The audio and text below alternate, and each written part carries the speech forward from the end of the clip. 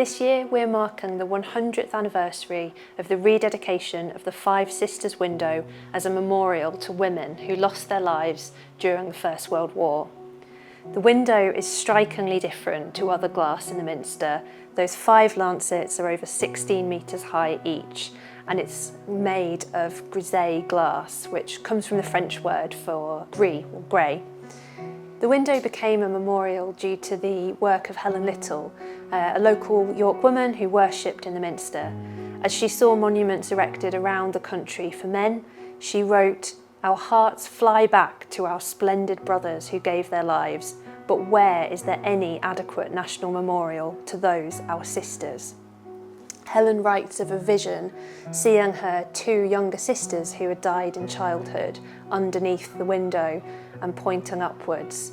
And she writes of a dream in which she wakes up crying out, "The sisters' window for the sisters." She had the support of Almyra, a campaigner, social reformer, and one of the first female magistrates in the country. The campaign was led by women for women, and in just over 9 weeks they raised the money they needed to restore the window. They also raised enough money to create a roll of honour, which we see on the oak screen today. Here in York Minster Archives, we're lucky enough still to have correspondence relating to the fundraising campaign within our records.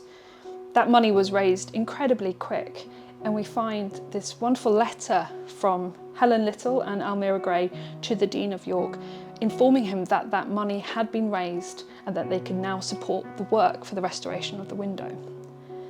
After this project seems to have taken on a new role for Helen Little as she turned her hand to collecting the names of the women who died during the war.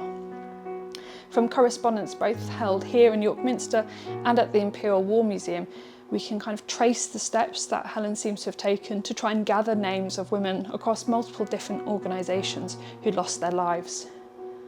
This must have been an incredibly painstaking bit of work, and it culminated in the creation of an oak memorial screen that lists over 1,500 women's names. Helen continued to be involved with this work, and we find this little note that she seems to have sent to the Clerk of Works here at York Minster, providing the precise wording to be put on the top of the screen. The oak screen and the Five Sisters window were unveiled at the same time 100 years ago, creating a new space in which to commemorate women in York Minster.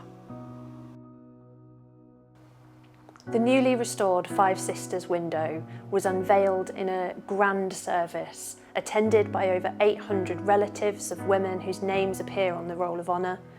A sermon was given by the Archbishop, and the Duchess of York unveiled the window.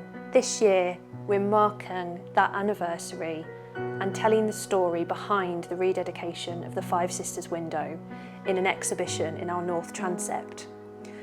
We're also hosting an exhibition in collaboration with award-winning photographer Olivia Hemingway in our chapter house, which celebrates the women of York Minster and their work today. My name's Olivia Hemingway, and I'm currently working as artist in residence at York Minster on the Visions, Voices, Vocations project. The project for me is it's just a really great opportunity to photograph the women that are working in the Minster, and it's just been so interesting to see different people's vocations and see the different areas that we wouldn't normally get access to see, and just to hear the stories of each individual person.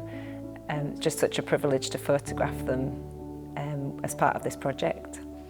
So in my work I tend to focus on photographing the everyday and capturing the everyday moments, and I feel like in this series that's what we've done. We haven't photographed any special events or anything. This is day-to-day workings of York Minster and of people's jobs here.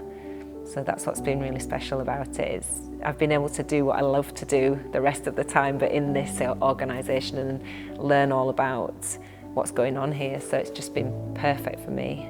The thing I really like about this story and the history of the window is the way that the women work together to make something happen and to commemorate the people from the First World War, the women from the First World War, and then to continue this into real life stories today that we can all kind of relate to is just, it's a dream job really, yeah.